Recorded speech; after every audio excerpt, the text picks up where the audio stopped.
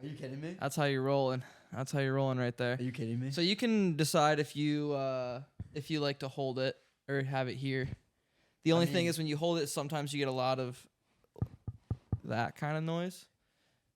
But I like to hold it. Yeah, hold it. The question is, does it need to be held? And folks, we got a podcast.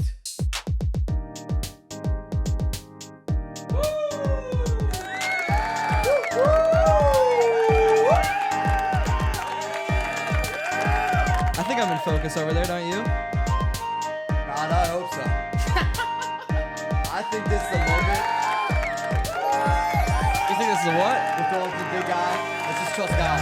I think the big man's watching over this pod. Look, I think our audience too, they can do a little out of focus. It's all metaphor, you know?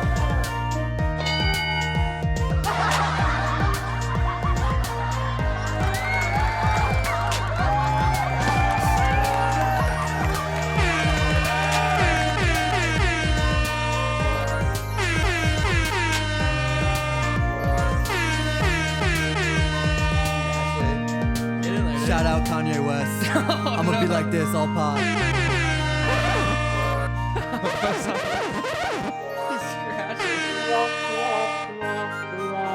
Oh no. I like that one. Hey! Wow. Electricity in my bones. You can feel it in the air. The crowd's clearly electric. Charlie's fired up. Sorry, what's that? I'm just gonna read for a bit first, I think. What are you reading?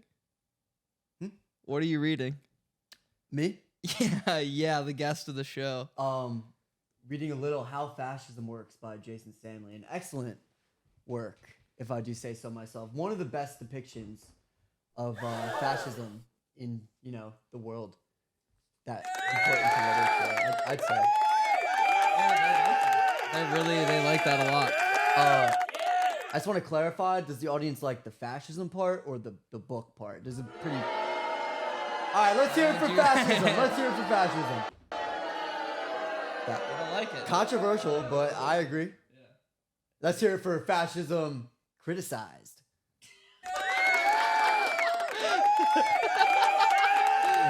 Maybe unpopular. Don't those people have a name? Fascists? No, the people that are the inverse of that. The people opposing them. Liberals. Antifa, I believe they're called. Where does that name come from? Anti-fascist. Antifa. So shouldn't it be? It should be. I just want to make something clear. It should be pronounced Antifa, right? Yeah. It should be. Well, what? I don't understand. What happened there? Yeah, it just seems like a little bit of miscommunication. like who's dude. running their brand? Who's running PR for that group? Wow, I would love to be hired. The first two Antifa. Oh, you're foaming. First village of the day. Look.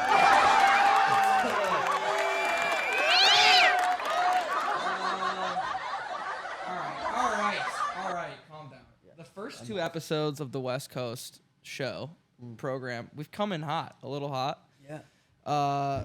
Previously last week, the first episode of the LA studios. Yeah, make sure you're nice and close there because as I'm about to praise the first guest, but did have some audio troubles because they weren't always, we had a lot of not always talking into the mic. I see. You know? Antifa members. No, well, the first guest actually came in hot about we talked about statues for a while and. I know. I did tune in.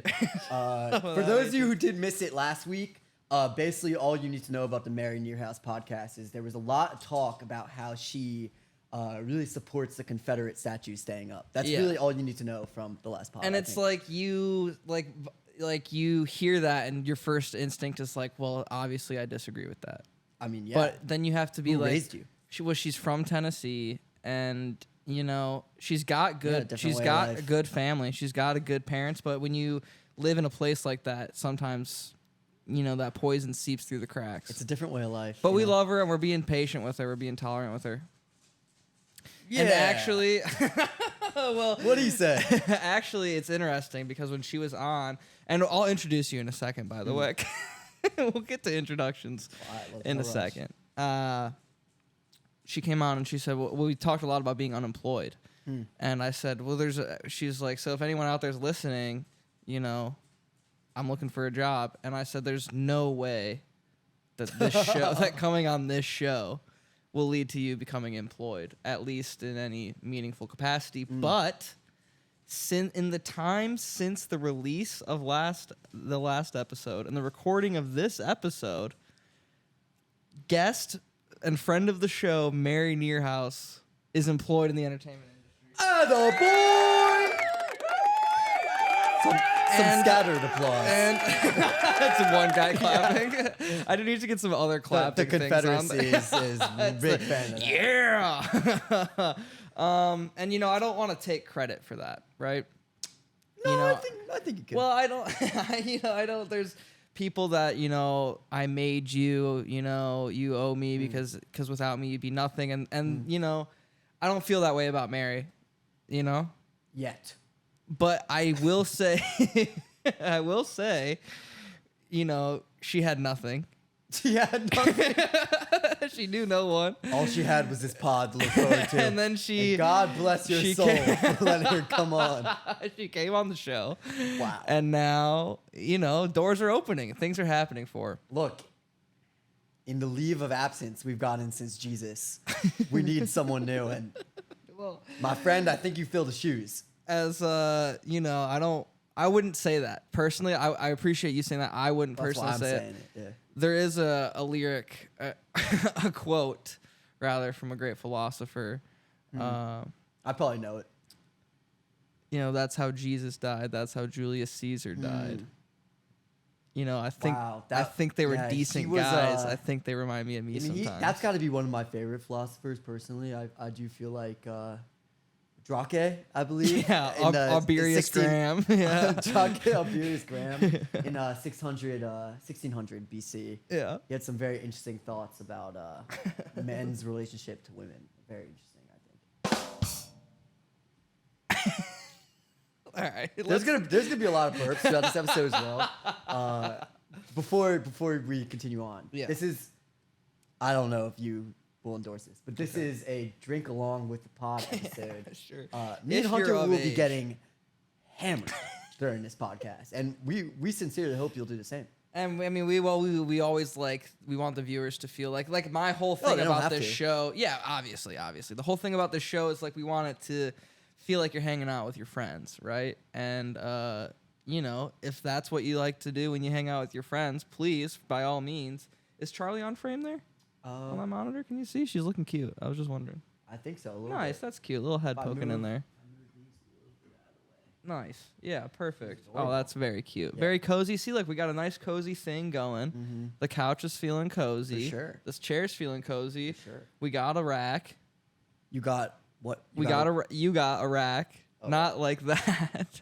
For a so second, I think now we've broken the ice. We've cleared the air. I think now it would be a great time for you to introduce yourself to the audience. Sure thing. Well, my name is Oh my God! No, that was the last time. Wow. Okay, that was the last time. That's the last time that was gonna happen. But you know, I think a lot of people, we do, believe it or not, there are listeners of this show that don't know who you are. Can you believe that? You could have cut it off after believe it or not, there are listeners. Okay. Well, because you have to understand, up to this point, I have been an enemy of the pod. Well, correct? This is correct for me to say. That's fair to say, yeah. An anti-hero, maybe. My name has been spoken countless times, yet it has gone unheard by any listener of this podcast. It's been, I think a couple times it did maybe slip through the cracks once or twice, but by and large... Whose fault is that? Mine. What do you mean? Mine. Yours. Yeah. I did the best that I could. For sure. Because from episode 1, you were a topic of conversation, and, you know, my ego can't handle that. I do this show once a week. Oh, he's such a delicate to talk ego. about myself. So I couldn't. So I, you know, and we're going to continue to bleep the other one's name for the fine. Drained It's her. fine. God, I hope so. But a lot of people that listen might not have seen your face, even if by now they are aware of the legend of who you are. So now, without interruption, As Taylor Swift once said, got a big reputation. dude. Shout out Swift. Oh, Gotta be one of the best in the game at this point in time. It had to be said. Yeah. Well, are you going to the Eras? Well, you are Justin Levine. Yes, this is fact.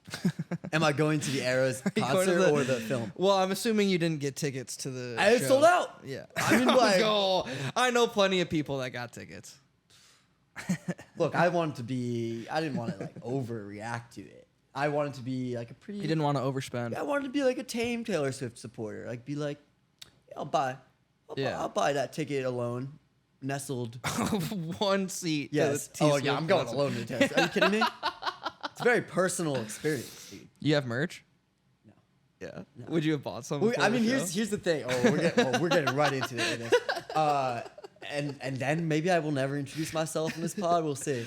But now that I've had to give up Kanye, I mean, devastating for the Tough. Jewish community, for the hip hop fandom, and like these are basically the two parts of my being. We're pretty much encapsulated by Right. Mr. West. Yeah.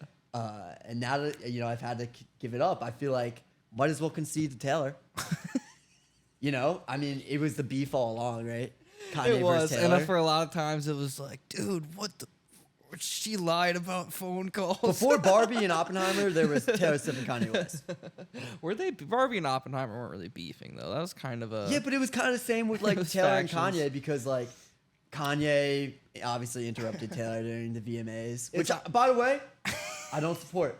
I just want to say it loud and clear. Bad thing to do. It was pretty bad. Bad thing to do. It's pretty bad. But did Beyonce have a better video? Let's another pod. Another pod. Let's move on. Another Let's move on. But you really Possible. think for me, here's the thing. For me, and this is coming from someone that is on the record about like enjoying like teardrops on my guitar and Well, I mean, country era yeah. Swift. I banged out to him. Honestly, You what? no. I Dude, jammed out. You want to him. rephrase that? Yeah. I alright. jammed out, Yeah. head banging Yeah. Okay. to that song. I just wanted to clarify. By the time I got to middle school, You weren't doing it. and I don't think it was just because of Kanye, Oh, definitely not. Definitely. I mean, this is still something that goes on. And obviously it's not objectively bad music. I can admit that. It's not like you don't listen. I don't listen to it, and I'm like, this is offensive to the ears. yeah. It's not that. This is so. My mom has a term for my dad, right? She says that my dad has a non-offensive face, which basically means you may not find him handsome, but you certainly cannot say he's ugly. Yeah. And she goes around and she'll She be like, says that. my husband, he's a non-offensive Did face. she say that in front of him? Oh yeah, of course, yeah. What does he think about that? He's like, Screw what he "Thanks, thinks. I have the same face as my dad. What am I supposed to What do think? you think about that? She's like, well, I guess I'm not ugly. My son's not ugly. I guess I'm not ugly. Does she ever? Because we watched. We should say we watched The Squid and the Whale. Oh, And there's. hell yeah. we And did. it's maybe we'll get into it, maybe we won't. It's a nice film about divorce. And that's not anything that has nothing to do. Yeah, gotta be one of the nicer films about divorce that I've seen. And that has In my 22 years of life. But there's a scene in there where a boy is very upset because his mother tells him that he has the features of his father. Did your mom ever talk to you about like whose features you had? Because I do remember asking being like, who do I look more like? And then obviously the answer is your mother, and you're like, no, I don't. I look like a man. Yeah. How can you say that? I look like Dad. Meanwhile, like your voice is going up like 8 octaves. I mean, crying. the objective answer is like, for most of my life, I looked more like my mom. Yeah. And so like people would come up to me and my mom and be like, oh, like he looks just like you. Yeah. And until I was 12, I was like pretty chill with it. But as soon as soon as that first pubic hair comes in, I was like, dude. No, I don't. I don't look like you. I do not You're look ugly. like my fucking mom, dude. Mom, And you look like a girl. I don't look like an ugly girl. I don't look like my mom. Here's a funny story. And I still haven't introduced myself, by the way. I mean, this will be the last funny story. Okay. So, up until I was, I think, oh God, maybe going into 8th grade, maybe 9th grade. I had like long hair, like. Wait, how long? Like, I'm not talking about like Shaun White level hair, but like enough where it was like down to the my shoulders. Yeah, down to my shoulders. Wow, I need to see some pictures of this. Oh, let's wait till my bar mitzvah photos. Oh yeah. Pretty fucking legendary. Yeah. Can I curse on here? Yeah. Pretty legendary stuff. And so in sleepaway camp, is people do not hold back. Yeah. And the boys and the girls started saying I look like a lesbian. Which is like, by the way, guys, not only is that one, not a nice thing to say, not nice. but it doesn't have to do about me. Yeah. It's also Fine. I don't give a fuck. Yeah, I like pussy. But also, like, how are you gonna say that? I mean, it's like 2016, guys. Like, it's not a fucking insult. Yeah, guys. Yeah, I got hit. Well, as someone that drives a Subaru, I've always felt like kind of unfair to say that that's a car co-opted by the lesbians. I didn't know that. You've never heard that? No. See, dude, everyone, the thing. I just want to say, my mom had a Subaru. Well, maybe this is a small town thing. Okay. I'm from a small town. Sure. From the sticks. Sure. Common colloquialism for a Subaru hatchback would be the lesbian love machine. That's what those sick. are called. Yeah. I'd fucking drive the hell out of that. Yeah, and I do. And you rock it too. And but I've had it yelled at me. Really? Yeah. What specifically? In a nice, car lesbian. Yeah. I mean, guys, look, what year is it? That would have been 2018. 2020. Can't be saying that. No, that wouldn't have been 2018. That would have been 2020. All right, read the fucking room, guys. Yeah. Can't be saying that. It's just it's uncouth. And also, I'm not. What does that word mean? Uncouth. Yeah. It's like foul, foul, dirty. Oh yeah, it's super dirty. foul. Yeah. Back in the day, though, definitely got to my head. Yeah. Now, if you said it to me, I'd be like, That's not. I All right. don't. Yeah. no, I'm cool with it. Back in the day, I was like, I mean, it was the same thing when you said I look like my mom. It's like it totally gets in your head. You have to reach a level where you're able to. I got a buzz cut after the day, and I'm not even talking about I waited a week because I was playing it cool. No, man, 12 hours home. after this accusation, I didn't go home. I had my counselor shave my head. Is that real? 100%. Oh wait, yeah. This is sleepaway camp. So literally the day after, I had my counselor shave my head. I'm sorry, I blanked out for a second. I thought that you were at school and you walked into your guidance counselor's office and made him shave your head. Because someone said that to you. That's funny though. Your camp counselor, that he had clippers right on. He had a little razor. Yeah. And you said, I think were you because distraught? it was 7 weeks, so a lot of kids didn't get haircuts. So this was something they were doing. I guess that makes sense. Yeah. Not uncommon to get a haircut. But you know what? I wasn't proud of it. The decision? Well, I felt like immediately after it, I realized I didn't do that for me. It was just you felt pressured into it. I felt pressured into it. Yeah. And a lot of the issues in my life, I think, can be attributed back to that moment. Well, this is interesting because before we started, that's a joke, by the way. Well, it might not be. There's a little bit of truth in every joke, I'm only one beer. We're only one beer deep. Well, it's interesting. Because I love my favorite part about the show. We I'll crack open for one for your boy too. And I'll wait until the cracking happens before I. All right, we're doing a little ASMR.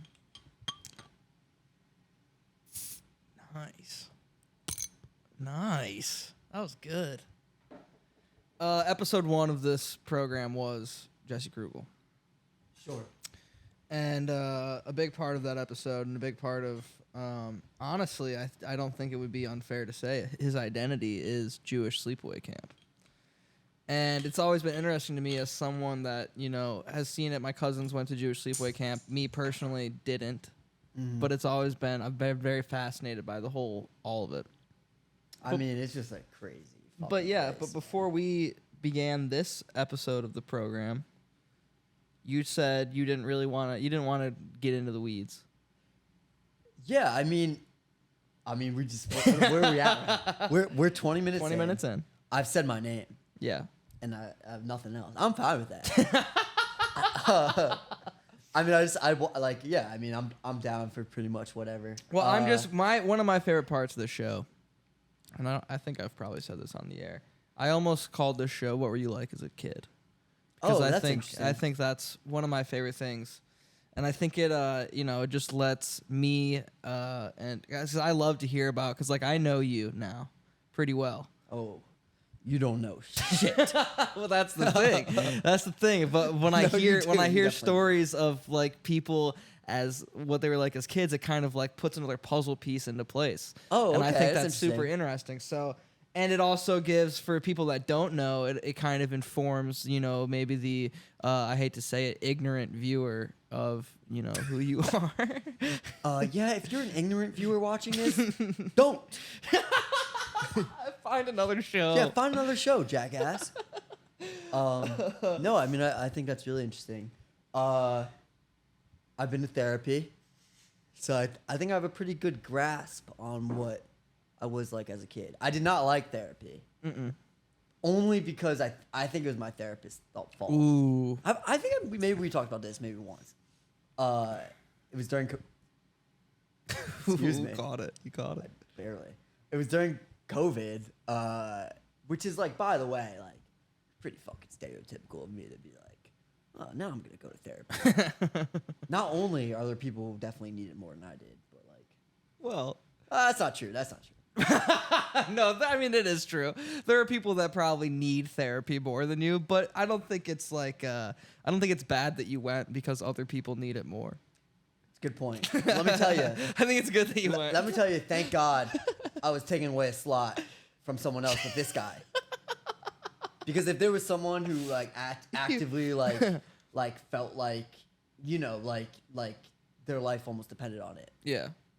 He wouldn't be the guy to bring you back. Not only would he not be the guy, he would probably be one of the last guys. Wow, he'd be at the bottom of the list for you. Yeah,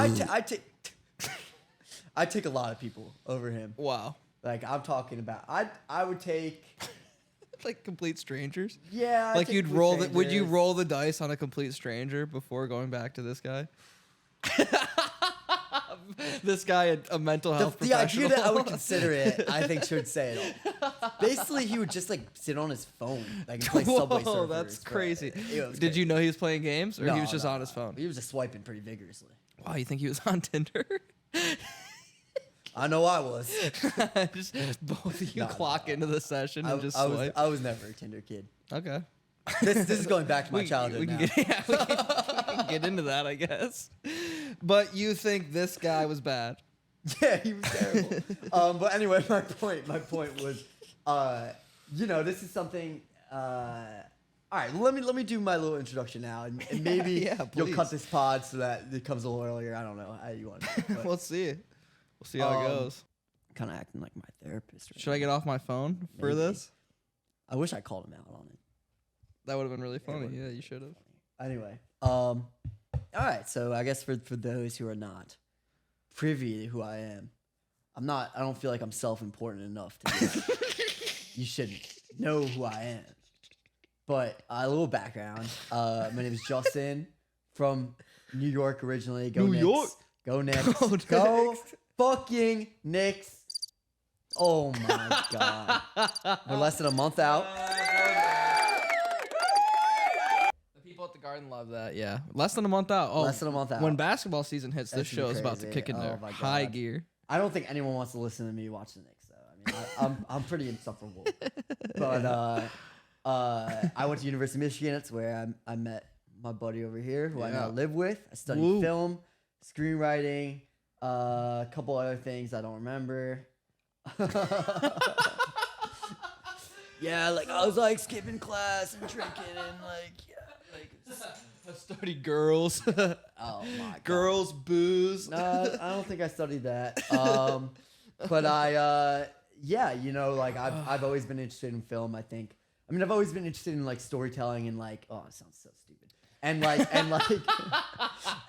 but just like art in general. I mean, we watched Squid and the Whale, you already mentioned, but yeah. I'm not no Philistine, you know? Yeah, nice. I mean, I just love all kinds of stories, and like I think I realized at a certain age that like there was only really one thing I could do in life, which kind of led me to film. And not only did I feel like that was the only thing I could feasibly do, but it felt like the only thing I really wanted to do. Well, and so that brings me out here. when did you did you realize that when you were where did you go to you're from New York? Yes. Westchester. Did you go to school in the city? No. Okay. I live in Westchester County. Westchester which County is mad interesting. How so? Mad interesting. In what way? I mean, talk to me about the people. Mad interesting. Who am I people. gonna? Who am I gonna meet? That's all I'm gonna say. Who am I gonna meet? That's all I'm gonna say. Mad interesting people. I mean, you went to public school. Yeah, but it was basically private. Yeah. Like it was 120 people in my graduating class. No film program. The only thing related to the arts was a theater program. Got it. I felt like it was pretty good. Yeah. I was involved in that. You were in that. Probably more than I should have been. And you actually were, to tie into last week, you were in Urinetown, which I didn't. Yeah, I was. Didn't know existed until last week, and now well, you know the title's I have actually a to- pun. Yeah, because it's like You're in town. town. Yeah. Yeah. Oh my god. Yeah, I mean, but that to me was like, dude, I'm allergic to cats. There you are. Yeah, I am. Should we talk about that? They're cute, but no, we don't talk about that. They don't like me, cats. Yeah, I mean, I feel like I've never really given them a shot. All right, so middle school. Fuck them though. What? Middle school. Are you you're a funny kid in school? Oh my god. You're the jokester, right? I'm a pretty ridiculous human being up until about 8th grade. Up until 8th grade. I'm a pretty interesting individual, I think. I think it was just coming from a place of like, okay, I think this kind of sums up Westchester. Like, it's very much like one school of thought, and I don't want to be that guy who's like, oh yeah, my hometown like really put you into a box and like didn't let you grow and expand. Because that's not what it was. Like, we were objectively like, we had so many resources at our disposal, and like I was like literally blessed to be in that kind of. But it was a community. bubble. It was a bubble But of like, ideas. at the same time, it's a double-edged sword because it's like, holy shit, like this is what you're teaching us, and like these are the people I'm surrounding myself with. And it's not my choice. Like, this is the people I was put in school with, and like about 50% of those kids are back there doing the same shit, and they're gonna raise their kids there, and they're gonna fucking like also be super egocentric and like have the smallest worldviews you can possibly imagine. Yeah, they don't have perspective. Yeah, and I also don't want to be like, oh yeah, like I've seen the world, right? But it's like, at least like you gotta try to like, you know, you're not who the world revolves around. And I think a lot of the kids I grew up with and interacted with really had this kind of very us. It was very like me versus the world, but not in a cool way. Yeah, in like a scary way. Like everything's gonna happen for me and work out for me because like I'm been set up for greatness. And if it doesn't, like, fuck them. Like and start hating on other people. Yeah, That like, was careful. exactly where I grew up. Damn.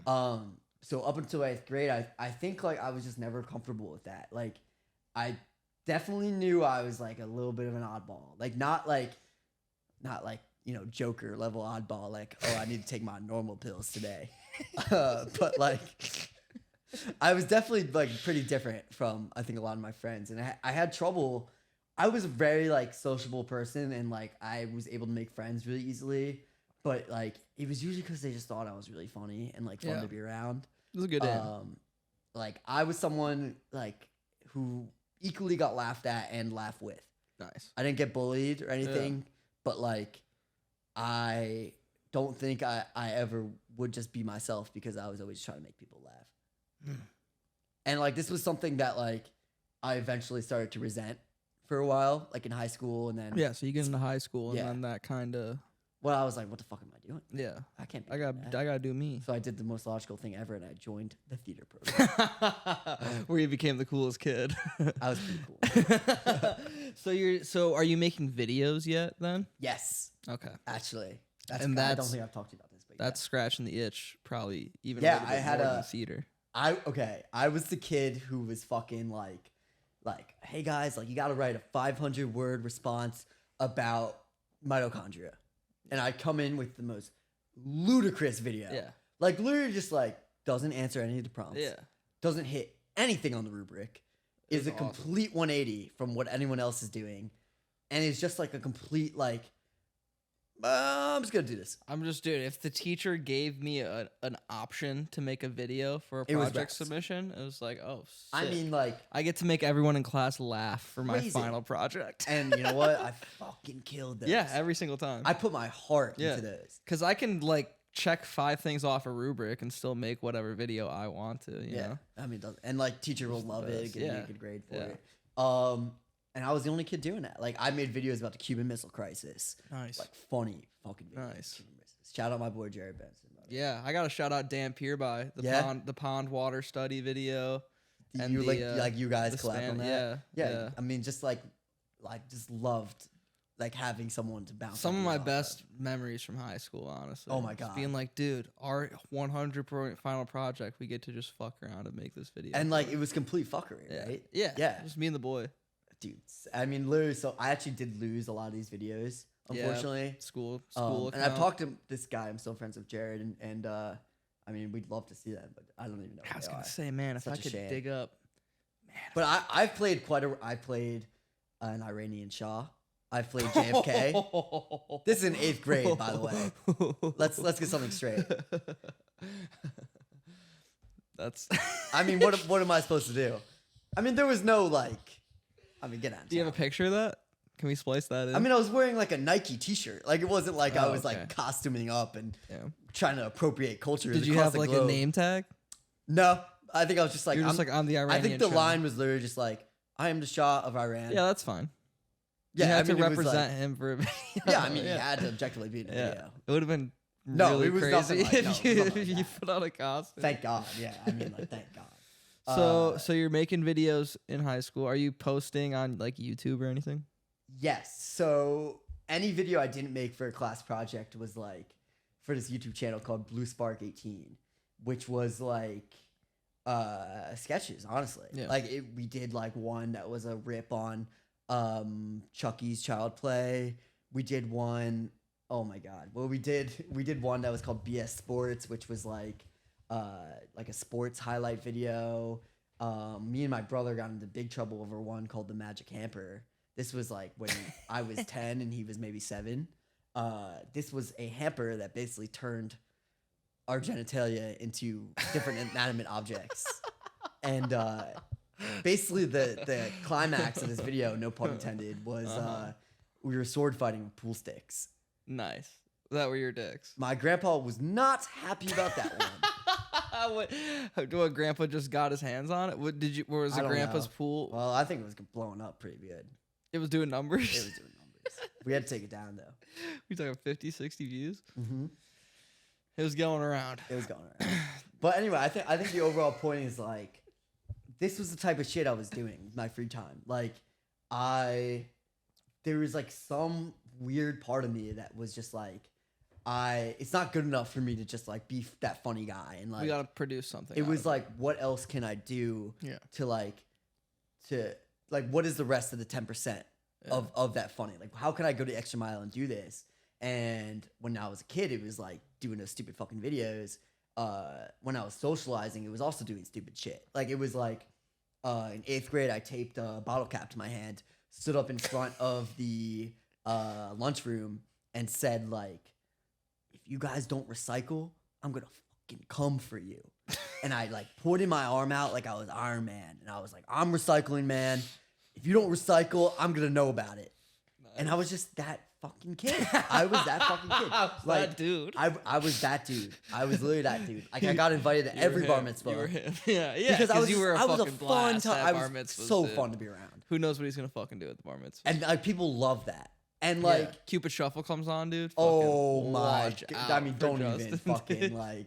I'm already there. Like I'm probably the one. I used to do this thing where I would write literal raps for everybody. It didn't matter. It didn't matter if they were my best friend or if I only met them once. I was fucking rhyming. I literally thought I was Nas. I was like, I'm fucking in my fucking bag. You're gonna get the best bar mitzvah speech of your life.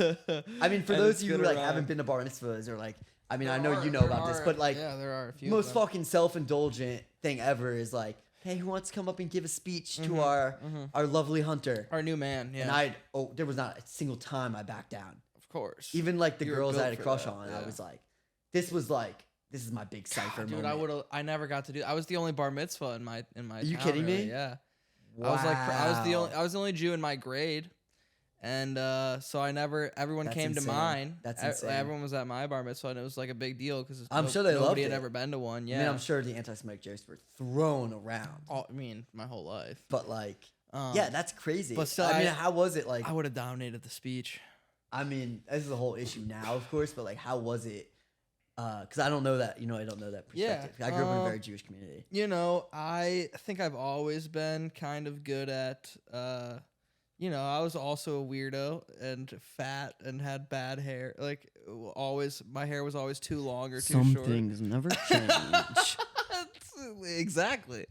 By the way, yeah, we should say, I don't know if I've said this yet, not getting a haircut or shaving until the strikes are over. Yeah, you're killing it, by the way. Yeah. Thanks, man. Yeah. This is the longest. I have to say, though, like, genuinely, like, how do you look so good? Because you said we decided you were doing this about over a month ago now.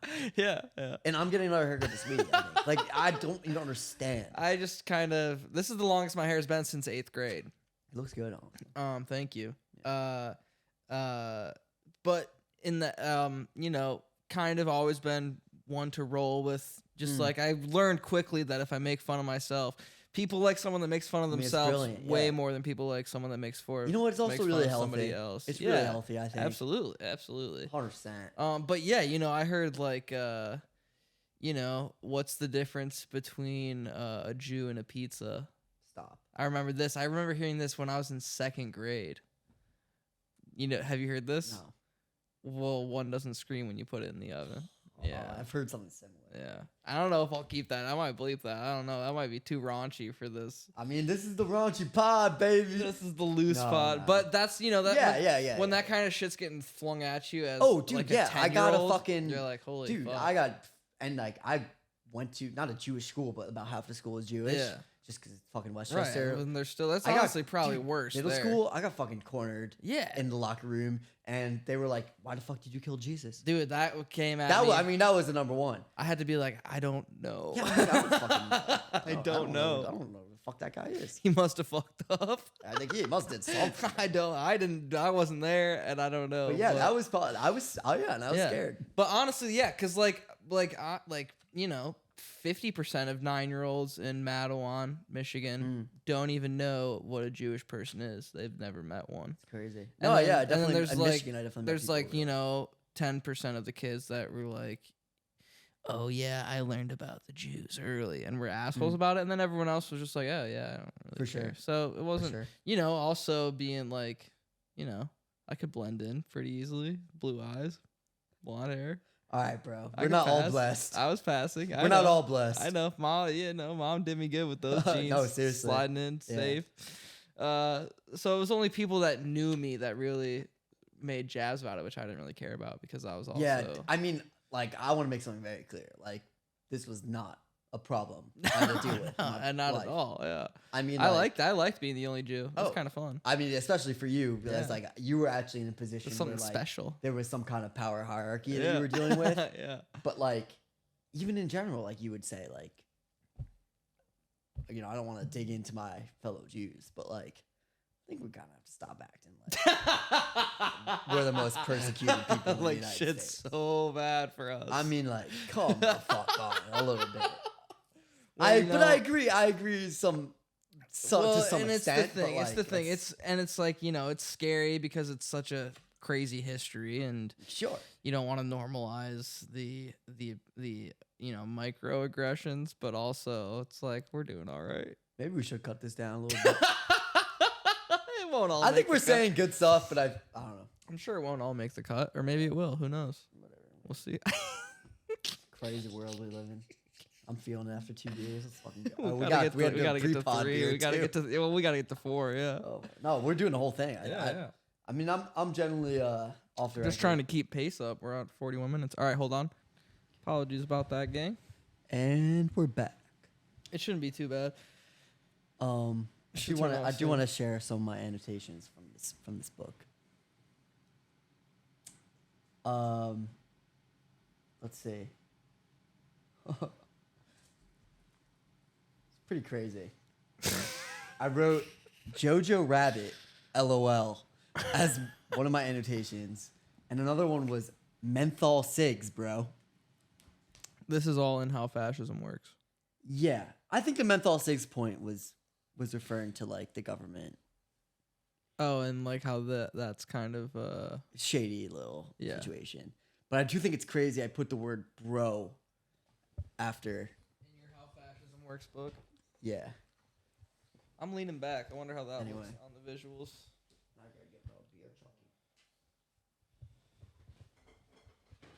Crack it open, man. And we're back.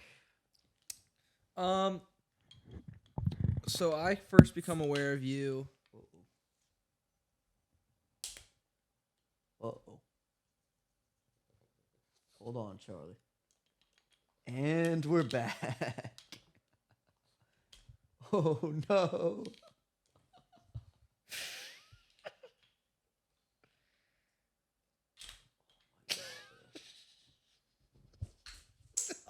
Oh no, get it. You're gonna foam.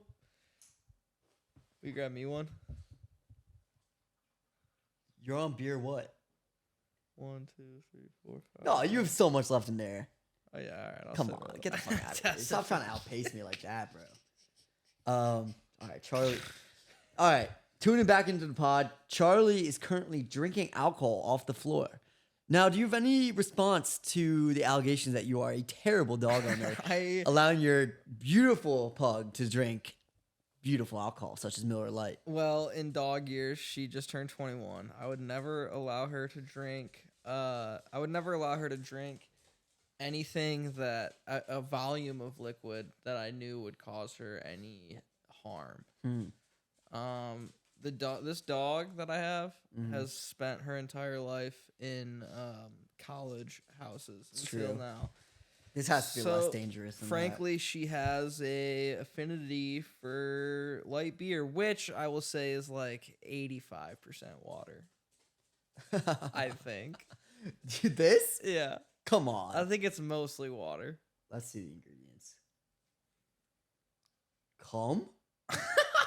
All right.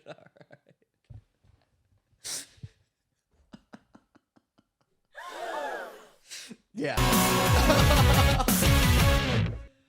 Wow. A bit late on it there, but that was pretty good. So I first become aware of you in my freshman year. This would be the fall of 2019. I don't like the way you put this.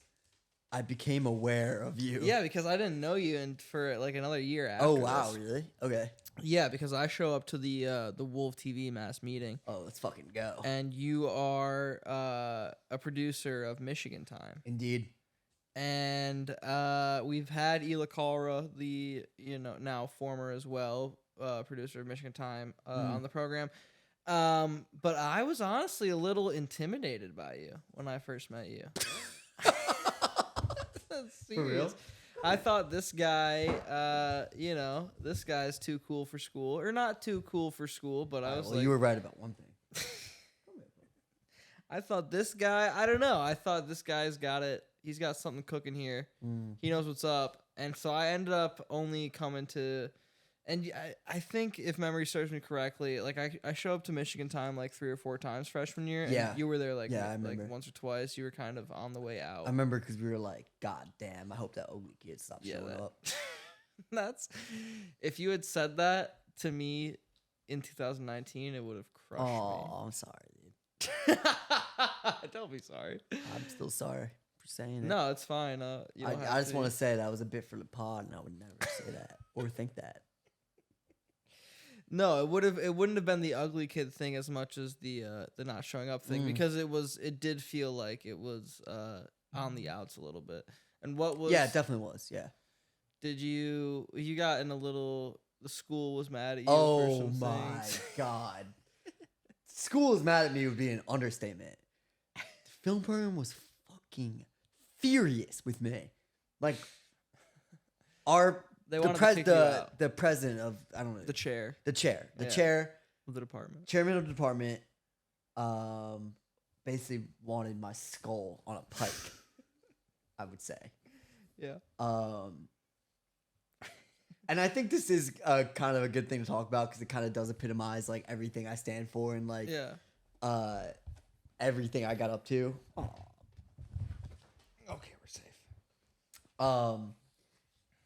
But I did a video where I played like a kid in a fraternity who basically treated the school's alternative to going out and drinking and partying, which was called UMix. So it was a sober event. Yeah.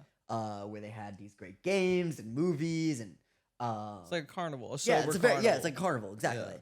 And I treated it like it was like the sickest thing. I treated it like Coachella. Yeah. yeah. And a funny premise for a funny student sketch show. But I kind of did it in like a way where I did not key in the people of who ran that event. Nobody was aware that you were there. No one was aware that I was going to go and do what I did.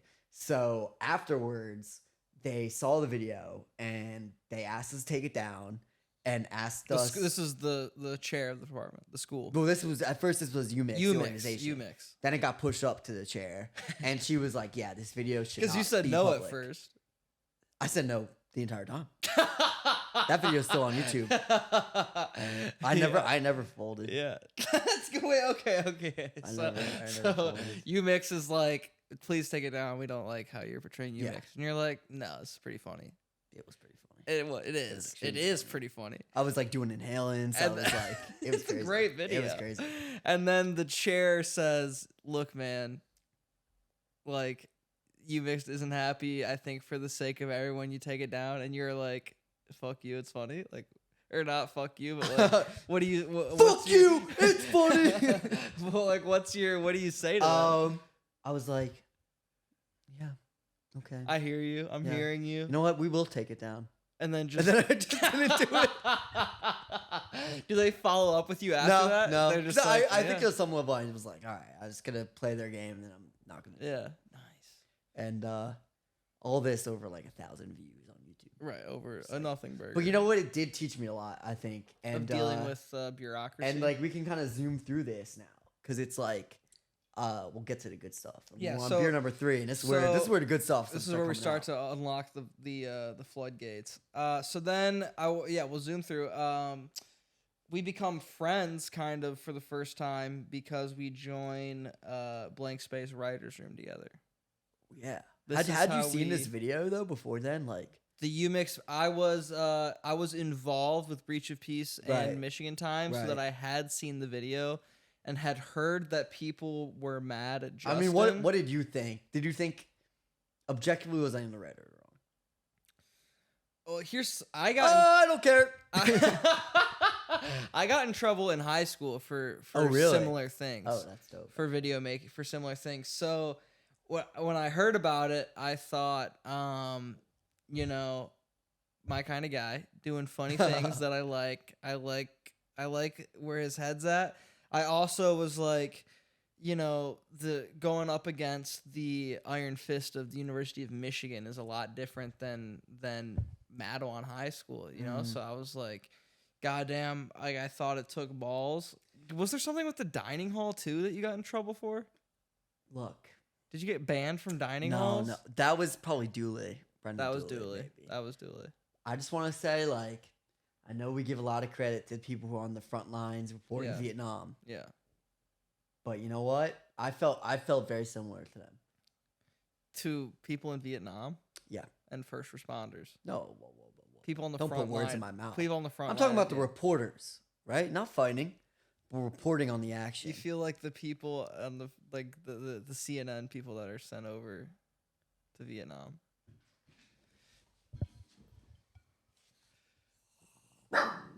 For real, that's how I'm feeling. We got a special. We got a special guest, Charlie. right here. I can't let you up because I'm worried you'll break something. What were we talking about? We were talking. We were on a good I was flow. basically. You were comparing yourself. To I was people comparing in myself to Vietnam reporters who reported on Vietnam. and Vietnam. Like, Because what of was the that one Unix guy's video. name?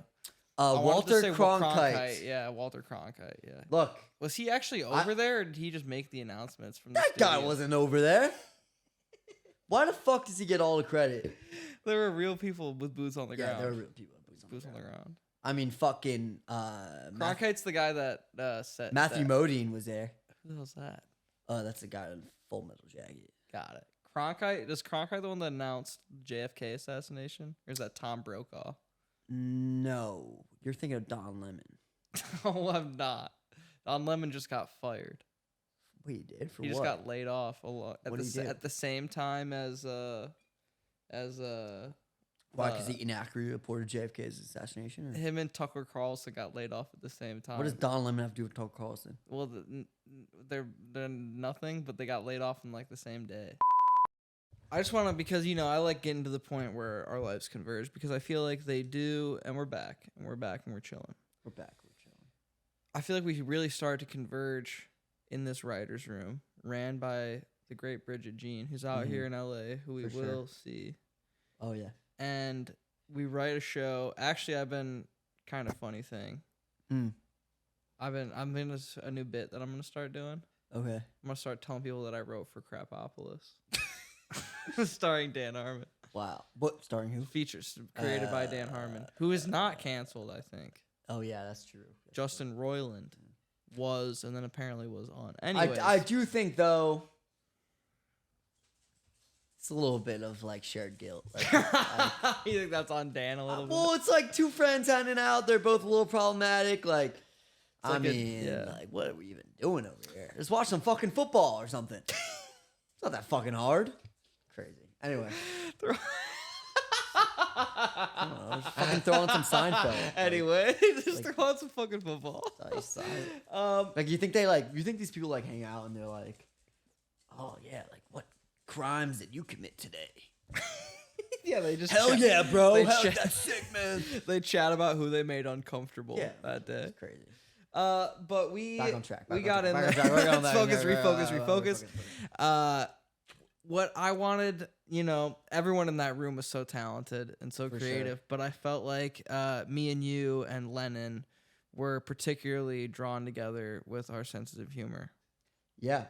I mean, I think we're three people who just don't take many things we're involved with very seriously. Yeah. Which is both a blessing and a curse. Very quickly. I think it's in a very offensive and abrasive trait. Yeah. That we all have. It's not for everybody. I'm pretty proud of it. Yeah. It's not for everyone. Makes you the most fun person to be around. I completely understand why people get mad at me. Yeah. And curse me out and tell me I'm being an asshole and like. Does that happen? Does that happen? This has never happened once. Anyways, I would understand it if it did happen though. You'd get it. You've thought about it happening. Yeah. Well, most times the morning after I drink, I'm usually anxiety. Like, I'm usually like, oh, shit. Holy shit. Oh I just got cursed out. Everyone I shot someone in the head. Everyone hates me. I'm the worst person ever. Yeah. After that, I feel like there's kind of a, for about 6 months, we're hanging out on Zoom, chopping it up, shooting the shit. I feel like, we never really like hung out. No, not until, really not until the end. When like I need to too little, too late. I'm not really involved. I'm in America's Shortest Shafts, which we talked about. Mm-hmm. I had nothing to do with that. Yeah, that was I Need to Be Held season 1 technically. Yeah, well, correct? we put it in. Yeah, but it was not it was an Open Stomach Global sketch. Yeah. Yeah. And I show up in pants as the pervert. But which would have been one of our few times actually, I guess, really hanging out after that, which it wasn't because you were in set mode. Yeah, but also like I feel like you were always like the guy as far as like who else is interested in comedy in this program. And you were always the guy. In fact, when I looked around the major and I was like, who am I gonna start a sketch comedy troupe with? My first choice was you. And somehow I got stuck with this fucking. Instead, you got stuck with. For real. I mean, I guess I'll just like very quickly run the through. genesis. Yeah, and just kind of run through like what my thought process has always been. Let me get this pod back on track. Get it on the rails, dude. We fell off the rails a little bit. I'm feeling pretty drunk. Yeah. We got a lot of pod left. We got a lot of pod and a lot of beer left. Yeah, oh, for real. So I come into college and not having a good time right off the bat. It's fine. It happens to a lot of people. Not a big deal. Joined some organizations I like a lot. Wolf TV, my fraternity, which was ATO. Yeah, ATO, motherfucker. Cool always frat. represent. Yeah, very cool frat. You met a lot of girls through that. No. No, I wouldn't say so. A lot of guys though. Yeah. I'd say so. And Wolf TV, and I liked Wolf TV. Did you get hazed? These hands don't haze. Can't say nothing about these feet though. Oh god. Can't say nothing about these feet. I don't know what that means. Leave the viewership. Yeah, we'll let them decide. Wolf TV you liked though. Wolf TV, I got hazed. What did they do to you? Oh my god, are you kidding? They made me watch Beavis and Butthead for 24 hours straight. Made you watch old shows. Scientists have proven that the human mind can only take 17 hours straight of Beavis and Butthead. Before you go insane. I was subjected to 26. And why do you think I am the way that I am? Why do you think you're so twisted and crazy? So twisted and crazy. Demented mind. I'm gonna make a movie. Okay, we were talking about the genesis of I Need to Be Held. How did you and the other guy I'm gonna meet? make a movie. When do you meet this other guy? Don't say his name because I don't feel like leading it over for the. I'm gonna make a movie where a crazy guy does crazy stuff, and it's all shot on iPhone. Why? I don't know. Why is it all on iPhone? Because it would be crazy for me to do that. Anyway, so yeah. When do you meet the guy? Well, yeah, we'll get to this. Oh my god. I come into the film program, and I started Wolf TV, which I liked a lot, and joined Imagination as producer, which I also liked a lot. I came to the realization that I had to do something in college that like felt really ambitious and something that was very much something that I decided to do. Your own, yeah. Yeah. Very much like this podcast, but way cooler. And so I knew I'd love sketch comedy. I took the GOAT, Terry Saris's class. Bless up. Wait, you were in the Craig year? I wasn't in Craig, but I was in the Craig year. Oh, that's pretty embarrassing. Yeah, I felt pretty They didn't invite you well. back. Nah, I think I loved it though. I thought that was great. Yeah. But yeah, you know, but I still felt like that hunger to like do more. Yeah. You know. Yeah. And I directed a short that you were in that has never seen the light of day. Metamorphosis. Yeah. Or Ed Shimborski. Ed, where you at, man? I know Ed listens. I know. I Yeah, don't know if he does, but where the fuck is that at? Whatever. It doesn't. But it doesn't matter. But it was me like really. Dana Pierangelli, blank space greatest. alumni. Yeah, she was amazing. All right, yeah. sorry. But it was really me just trying to figure out like, okay, what can I do? Like, I'm going into this industry and I have no fucking idea like what I'm good at or what I can do. And I loved to write and I loved comedy. So like the next best thing was like combining those two things, and that ended up being sketch. So I don't know where I met this fucker, but like at some point we became close. Yeah. This guy. And we became friends. And you realized you had a similar I think what happened at first. Well, I think what happened at first was like we were probably like sitting next to each other during a meeting. We kept like raising our hands, and it became like a dick swinging contest. Like it's how I imagine like George Washington and Thomas Jefferson were sitting next to each other. You guys have a lot of like we both thought we were like the best, the dude, yeah. But like only one of us could be the dude, right? And it was really just kind of this perfect situation. You ever see RRR? Yeah. Yeah, it's just like just for the boys. Yeah, we just clicked, and friendship was not only made but forged into history. And we decided to start making sketches together, and it kind of became something that felt really natural. And do you remember what the first one was? What was the first sketch? I mean, Dr. Peters was the first one, which was a sketch about a doctor who, when they ask those questions like, do you drink, do you smoke, have you had sex, really gets into that. And was not only interested from a medical perspective, but like a person perspective. Yeah, he wants you to smoke, he wants you to drink, he wants you to fuck. Yeah. Great sketch. And it was a great sketch. Yeah, it was great. And we did a bunch of them that year, and then that turned into an independent study, which we just did, and we came up with 10 videos that I still think are that's where I got to kind of weasel my way in there a little bit more. I found myself a little crack to slide into.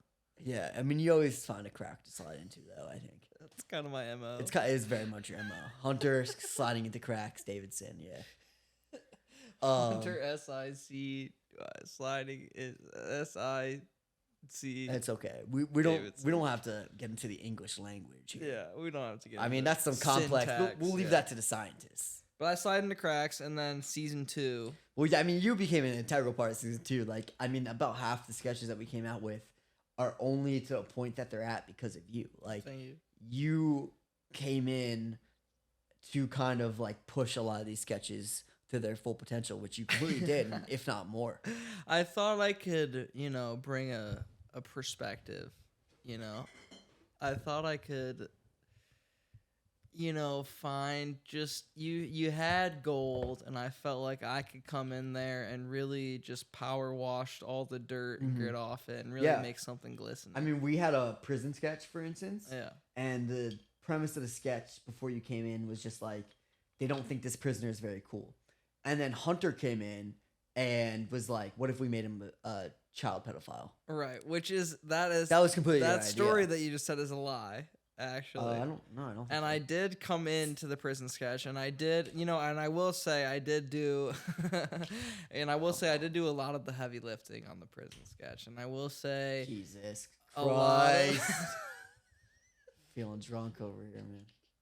Feeling drunk. I will say, oh my, definitely. Where is the dog? I don't know. Being a dog.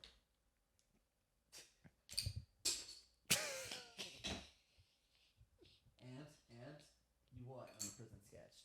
By the way, this prison sketch is like Hunter really wanted to push it into the realm of like we should probably justify the pedophilia and like really kind of absolve this person of their sins. No, that's not what happened. But what did happen was you guys were like, we really we really need someone to be the face of this prison sketch. I think Hunter would be perfect. Yes, yeah. And I was perfect. But you were the voice of reason in the sketch. Like you were like, I don't fuck with pedophiles. That is true, and that is why the sketch. That's why the sketch is not problematic. Is because it honestly is not. The pedophile is bad.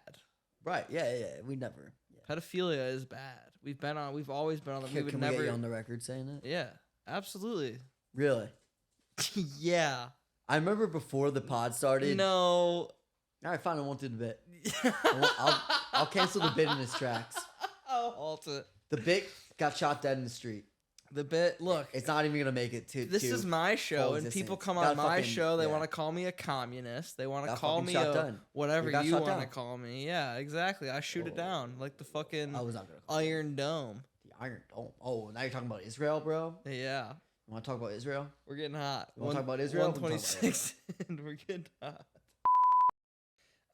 I've had improv people on the show before, and you didn't do improv in college, which I feel like, especially in the vein of making mistakes. That's a lot of people try improv in college, and you instead, which I like built up. I mean, obviously I love all the people that have been on the show that are improv people, but you built up your comic sensibilities, your comedy timing, and then you got to LA, and then you do a UCB improv class, and how do you feel like that experience?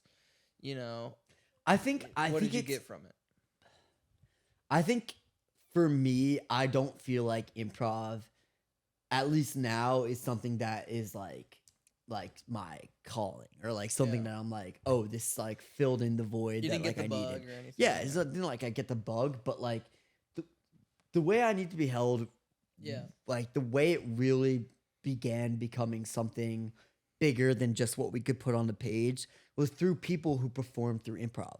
It was through people who were able to take the lines and the concepts that they were given and put something else into it that could never be written. And for me, that has always been more impressive than just like someone who can perfectly deliver the dialogue I had put on the page. I mean, I feel like I'm a firm believer in like team-based creative processes, not because I don't fully believe in a singular creative vision. I mean, I think that's great. I don't know if I necessarily believe in a singular creative vision for someone who's 22 years old. Yeah, right. Like, it's like, how the fuck are you going to sit here and tell me that like this is the perfect thing that you've ever created, and then not be open to have people come in and do it? Viewpoints. So what we did with I Need to Be Held season 2, which I personally think is so brilliant, is like we brought in all these improv performers, and there's most of it I will say is not improvised by any means, but like the choices that they made and the ways too, though. Exactly. Like you brought in a me and a Nicole and a Macy Goller and an Ahmad Katie and a Paul how and these a Miles. like let's talk about the writers' room was a little bit that we had. Yeah. I mean, very informal. Like very much like what's funny? Yeah. Jesus Christ. but that's my favorite environment to be in when I'm writing comedy. Is like, and this is the thing about college too that is like such an amazing creative environment for this is like the stakes are what you make them to be. You can go in and be like, oh, I really need to get an A on this. Like, I really need to get a good grade. Objectively, your professor's gonna give you a fucking A. If you try.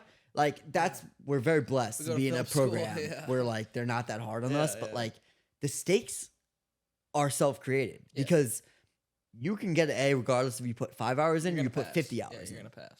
You're going to pass. You're going to do great. Yeah. But for us, it became we're putting 50 hours into it because we wanted it to be the best it could possibly be. Yeah. And, like, I think for most of those sketches, we got to that point. And holy shit, it was really difficult. And, like, many all-nighters, many nights that I didn't sleep because I was too worried about a sketch.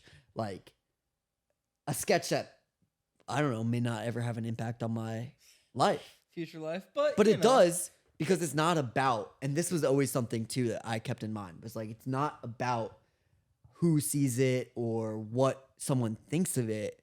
It's about who created it and what I saw in it. And it's the cornerstone for going forward, And that's what I mean. What everything else you make is built on. I mean, this is what I meant by the creative mistakes too. Is like I fucking there's some crazy shit that we put in there, and like shit that we didn't know was gonna work, and somehow most of it I stand by. Yeah.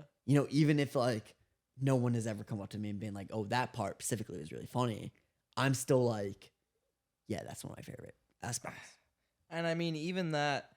I feel like I don't remember when we talked about it, but I feel like we did talk about the I Need to Be Held premiere on one episode for like a few seconds. Oh, I don't know if I heard that one. The actual, like, to see it come together in person in front of like 150 people that were all jazzed about it was It was awesome. The energy in I that mean, theater honestly, was like, crazy. just so thankful for everyone who came out to that. Like, that was truly like one of the greatest moments It was of the my life. culmination. Yeah, it was awesome.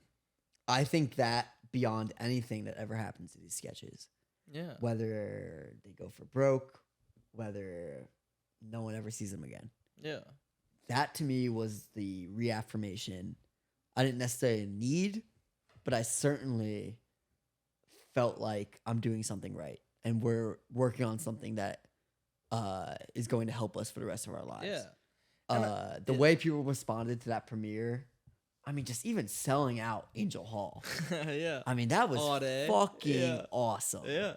It was so cool to see, and it was like, I know it's, it sounds, masturbatory. It sounds fucking self-serving, but it's like we got into this. I got into this to make a room full of people laugh at the end of the day, selfishly because it's the best feeling in the world, and selflessly because like I want to make a room full of people have a better day because I did something. So to have, that specific event was to have 150 people, obviously that were already fans and obviously that loved us, but also like we're not like we met their expectations or surpassed them. Oh, definitely. Like everybody in the room. I mean, was thrilled with the result. I mean, I think it calls back to what we were talking about, like my upbringing and everything. It's like, it was really personal. Like it was very much like this was the first thing in my life that I had put every part of myself into. Like everything I think is funny, everything I feel like I want to say, like everything that like I want out there in the world. Your whole justicey. Stop. Terrible. I mean, just horrible what you just said to me.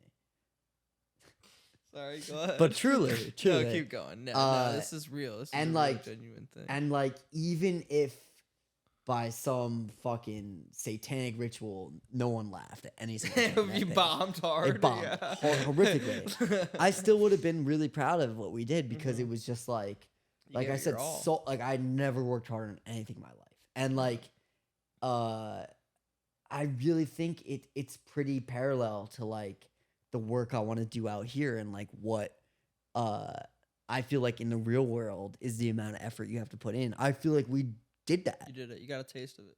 I mean, like, fucking my entire life. Like, it literally consumed everything. Yeah. Like, fucking, like, we already talked about this, like, the weekend's gone. Yeah.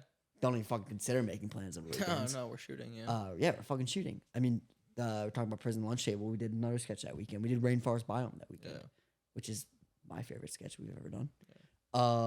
I'm not in it, so I won't be plugging. Well, yeah, I mean, there were reasons you weren't in it. We won't discuss. Looks again? No, we were worried about the blowback from prison. No. But I don't know. It ties back to like what I was saying about, always trying to be the funny guy. Is like, I felt like I had something to say and something to do, and in the least pretentious way possible.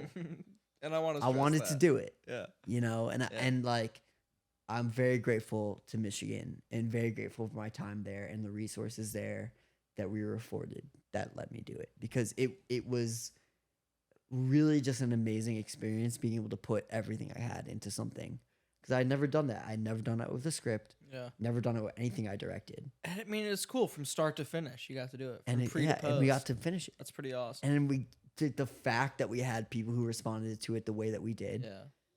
And you got is amazing. I mean, so blessed. Yeah. Like, actually so blessed. From a producer standpoint, and I think you're a talented producer, like, I think one of the coolest things you can do is, like, assemble a perfect combination of personalities and talents on a set. Yeah, we did that for sure. Wow. That was awesome. For every set, for each of these sketches, you had such a cool, awesome mix of talents and personalities and people that was just it showed in the heart and in the magic of what came out on video. So cool. We really put a lot of thought into that too. Very cool stuff. Like who were we putting on each video? Yeah. And I think that was one of the things we did really well. Yeah, absolutely. So go watch it. Oh, I think that camera died, by the way. I think we lost a wide. Are you kidding me? Do we need the wide at this point?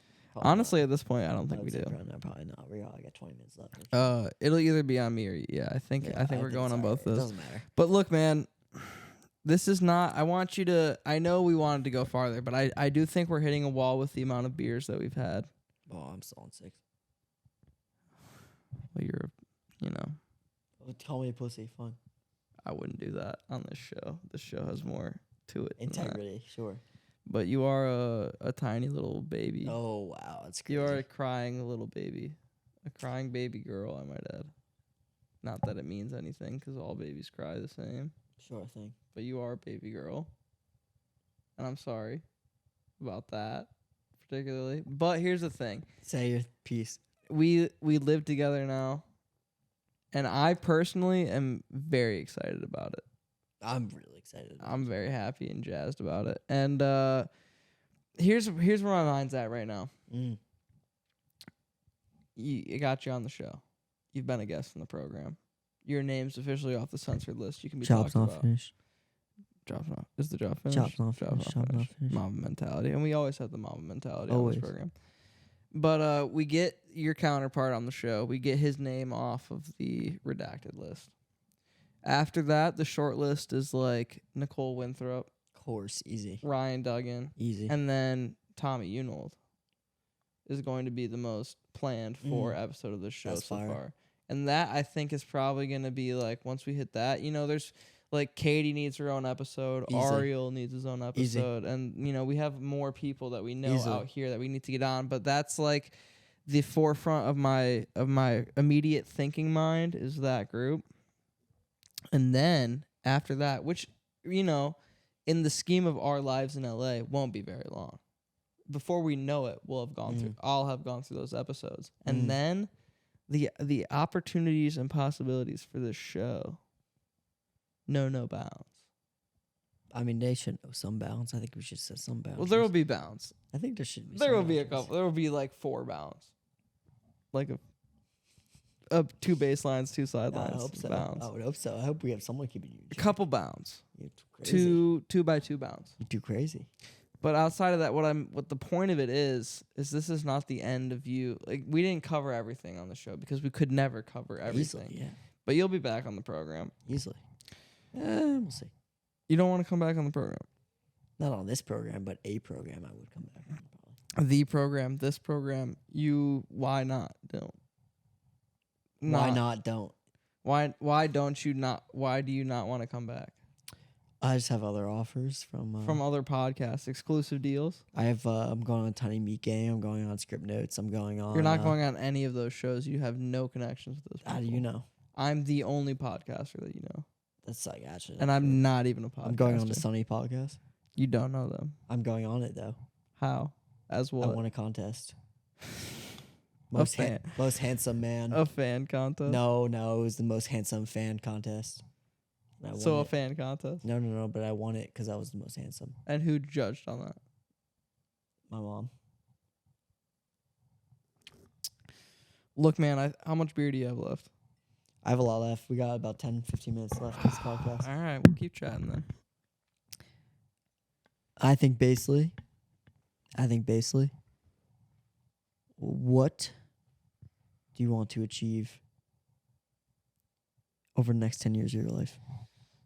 I'd like to get good at stand-up comedy, which is, an annoying thing to keep saying when, I'm not doing it as much as I should be. But I think in the next 3 or 4 months, I'd really like to apply myself to doing stand-up comedy.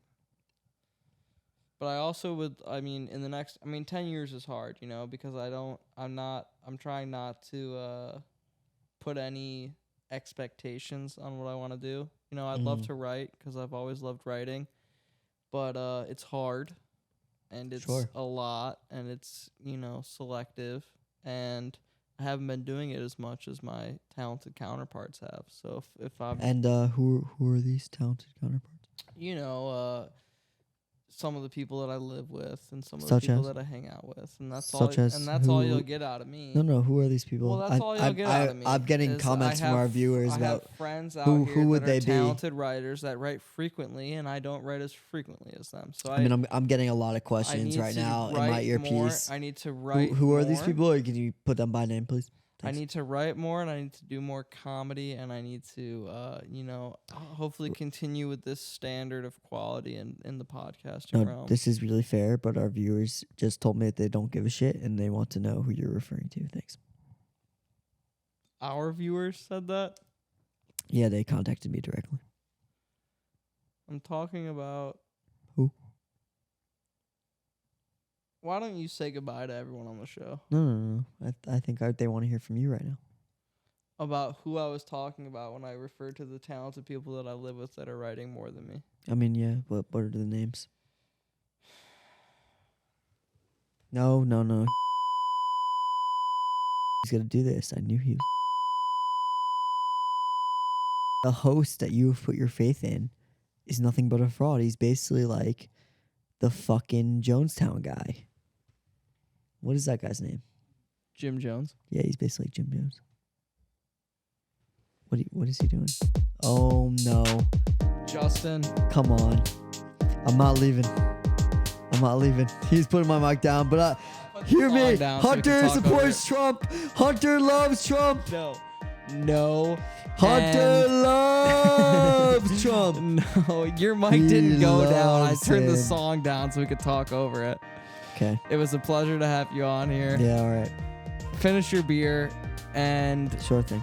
you'll be back on the show soon. No, I'm not going on the program. I'm going You're on not Script coming Notes. back on. You're coming I'm on. going on Script You're Notes. not going on the Always Sunny Pod or Script Notes. I'm going on that You're Sunny not Pod. going on Tiny Meat I'm Cake. going on Script Goats. I'm going on Script Goats. Yeah, that's what they're going to call it after I'm done with them. Script Goats. That's what they're going to call it after I'm done with them.